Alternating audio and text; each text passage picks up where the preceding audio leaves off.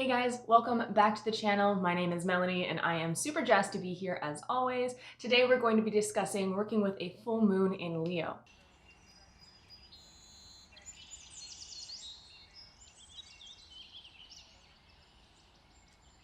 These videos are not specific to any one full moon and can be used as reference to give you ritual ideas and some inspiration on how to design your ritual for any full moon that falls in the zodiac sign Leo. So if you're watching this video 2 years after I've published it, fear not, it can still be a great resource to help give you ideas, correspondences, and tools to build and design a ritual. I'll share a little bit about how to work with the full moon energy, as well as the Leo archetype itself. I'll jump right into correspondences that you can utilize in designing your own ritual.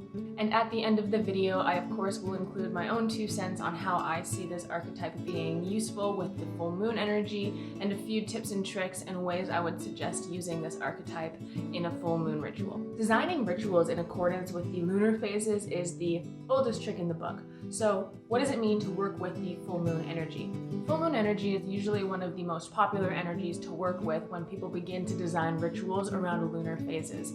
And for good reason. It's obviously gorgeous when there's a full moon in the night sky, and it is usually a very versatile energy to work with. What I mean by that is you can work with a variety of different areas or concepts in your life and still be working with the full moon energy. It includes things like divination, scrying, overcoming obstacles, even things like shadow work, as the moon lights up the night sky, shining light on things that were not able to be seen prior. It's also a great time for releasing or banishing that light shining into the darkness, as well as protection magic. You have better visibility in the night, in the shadow. You can use the light of the moon to guide you. The full moon energy is the culmination of the seeds and the intentions and the goals that were planted and started in the new moon. So depending on what you're trying to achieve or gain or alter or influence with this ritual, knowing what aspect of the full moon energy you're working with is really important. Are you trying to kind of tap into the shadow work aspect that can take place with the full moon energy, using the light of the moon to guide you in the darkness? Or are you utilizing this time to release things that no longer serve you? It is a great retrospective and evaluation time because you can see so clearly. You have the fruit of your labor from the entire lunar phase is at culmination in this full moon. It's about noticing what is coming to fruition in your life, what cycles are ending, what patterns are complete, what chapters are being closed. It is, okay, I set this goal, I've worked this hard, and this is what I've got. Is this really what I wanted? I think reflection and release is the tagline of full moon energy. Once you've established the aspects of the full moon power and energy that you're wanting to tap into for this ritual, it's important to look at the zodiac sign that the full moon falls in. In this case, it's Leo. So the 5 areas I like to look at for any zodiac archetype are as followed. The astrological glyph, so for Leo it is the lion. The house that Leo rules over is the 5th house. The element that Leo is a fire element. Its modality is fixed, and then it's ruled by the sun. So it's planetary ruler, or in this case it's ruled by a star, the sun.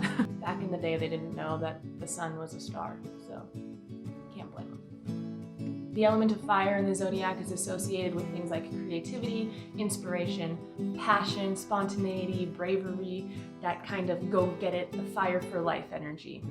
Being a fixed sign, it is not someone who enjoys change per se or initiates change, and is a lot more slow to move, not necessarily a self-starter, but when they do get going, they have that consistency to them. With Leo itself, I often like to compare the fixed fire sign to a campfire, as opposed to going out there and forcing a lot of change and really pushing. They really shine brightly and allow things to come to them. It is that energetic, magnetic aspect that a campfire has for humans. Leo draws people in. This really connects to the fact that it's ruled by the sun. The sun is it's that heart, it's that warm connectivity that brings a huge group of people together, that kind of inspirational I want to say the word love because it makes me feel warm inside, but it's very much so the togetherness, the I'm here for you and you're here for me, and we're all in this together. Leo, the lion, being represented by the lion, it is that kind of integrity.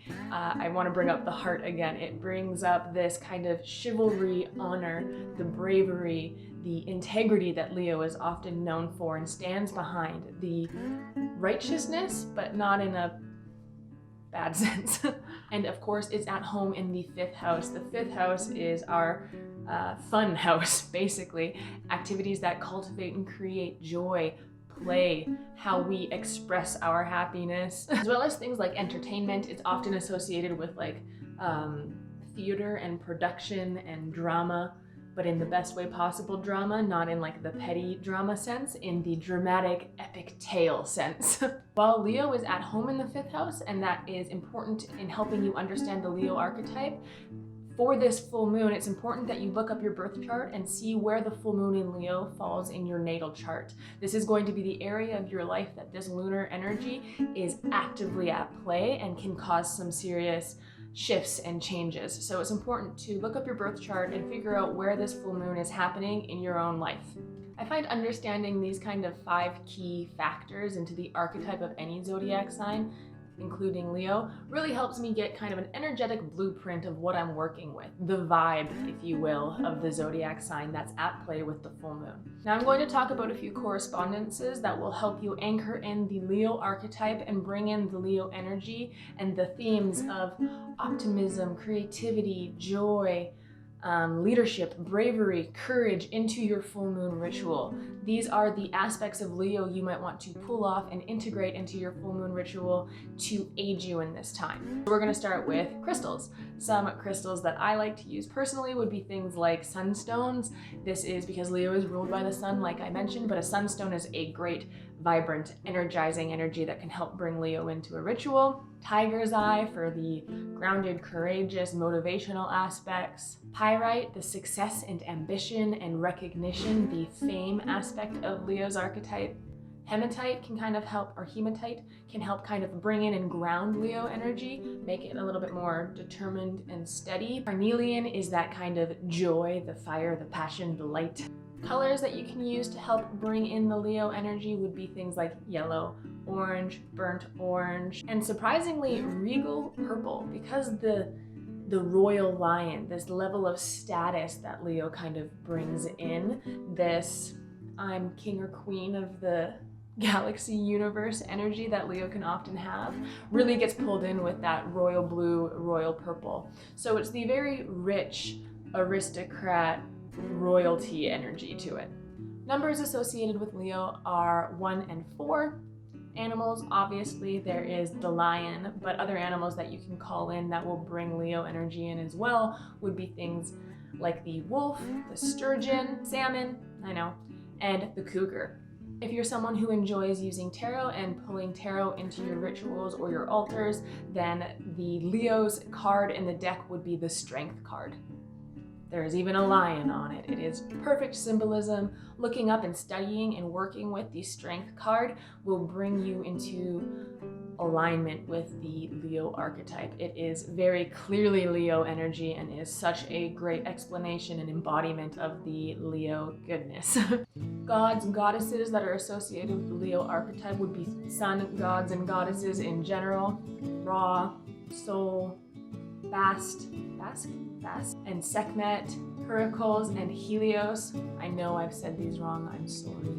The chakras that are associated with the Leo archetype would be the crown chakra and the third eye chakra. I can't give you these exact examples because I don't know the people in your life, but if you know Leos in your life and you are wanting to incorporate other individuals into your ritual, it's a great idea to search people out who are Leo or have Leo placements.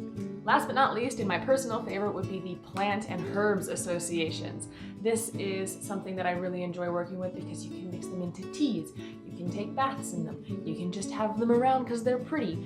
They are so versatile and so easily integrated to everyday life that plants and herbs for me are by far one of the most important correspondences when I'm doing any kind of ritual and working with any of the zodiac.